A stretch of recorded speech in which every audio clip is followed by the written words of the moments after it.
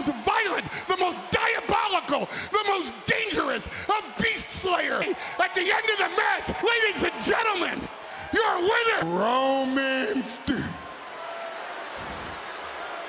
Reigns. You know Paul Heyman as the wise man, the genius behind the Bloodline, the mouthpiece of legends, but what if I told you the real Heyman is far from noble? He's been called a liar, a manipulator, and even a thief by the very wrestlers who once trusted him. This isn't just about backstage politics. This is about bounced paychecks, career sabotage, backstabbing friends, and a man who will do anything to stay powerful in the wrestling world.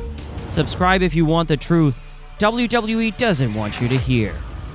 In the mid-90s, ECW was the hottest underground promotion in wrestling. Fans chanted ECW like it was gospel. But behind that gritty ring and passionate roster, Paul Heyman was hiding a massive secret. Wrestlers like Shane Douglas, Balls Mahoney, and Raven later revealed the harsh truth. Their paychecks were bouncing.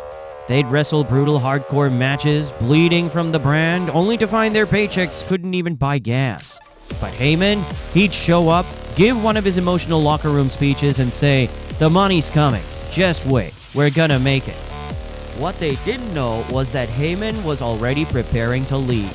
ECW was dying, and the man who built it was jumping ship. Wrestlers stayed loyal. He did it. That's not leadership. That's betrayal. In early 2001, while ECW talent were still begging for their pay, Paul Heyman walked onto Monday Night Raw. He had already signed with Vince McMahon. No heads up, no warning, not even to his supposed brothers like Tommy Dreamer and Rob Van Dam.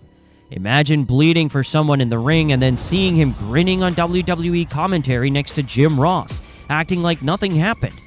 ECW died that week, and fans, they didn't even get a goodbye. That wasn't a betrayal. That was a sellout.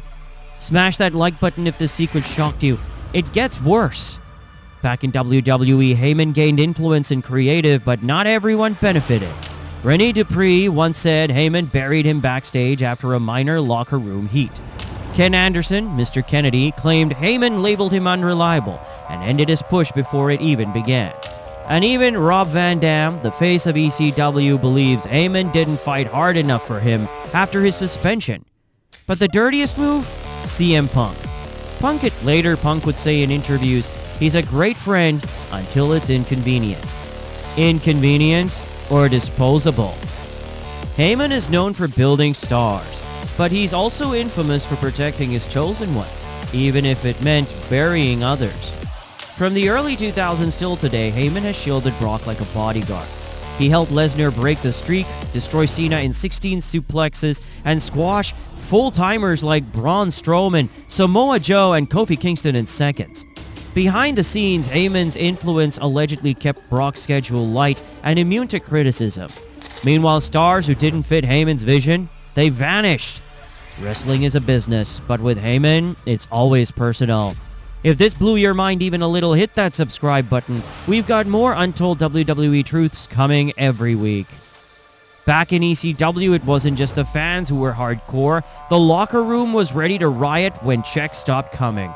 According to multiple ECW alumni, Heyman was so paranoid, he hired personal security to guard himself at shows. Some even claim Heyman carried a hidden weapon just in case someone snapped. Wrestlers would go to him, demand answers, he'd stall, mislead, and then blame the banks or pay systems. But the real reason ECW fell? Heyman spent more than he made, and when it crashed, he let others take the fall. Let's talk about Tommy Dreamer, the heart of ECW. Dreamer said he would have bought ECW himself to save the brand. He trusted Heyman to tell him the truth, but instead Heyman sold the company without telling him. Dreamer found out like the rest of us on television. Same with CM Punk. Same with Joey Styles, RVD, Sabu. Time and time again, the pattern repeats. And now he stands next to Roman Reigns, the wise man, the advisor, the puppet master. But even in this current Bloodline saga, fans ask, is Heyman truly loyal to Roman or just waiting to shift again? Think about it. He stood by Brock for years, then jumped ship to Roman. He's subtly aligning with Solo Sikoa now. And if The Rock steps in full time, do you think Heyman will stay with Roman? History says no. Paul Heyman is brilliant, no doubt. He's helped shape modern wrestling like few others ever could. But behind the genius is something darker. A man who plays favorites, breaks loyalty, and moves in silence. He survives not by strength, but by secrets. And if you cross him, you may never get back up. The fans love Paul Heyman, but the wrestlers who treated him, they know the truth. And if you think Paul Heyman's secrets were wild, wait till you see which WWE superstars hooked up behind the scenes and tried to hide it from the world. Click on this video right here, 10 WWE hookups they never wanted you to know about. Trust me, it's messier than any storyline on TV. If this opened your eyes, hit that like button, subscribe now for more dark wrestling truths every week, and comment below, is Paul Heyman a mastermind or a snake in a suit?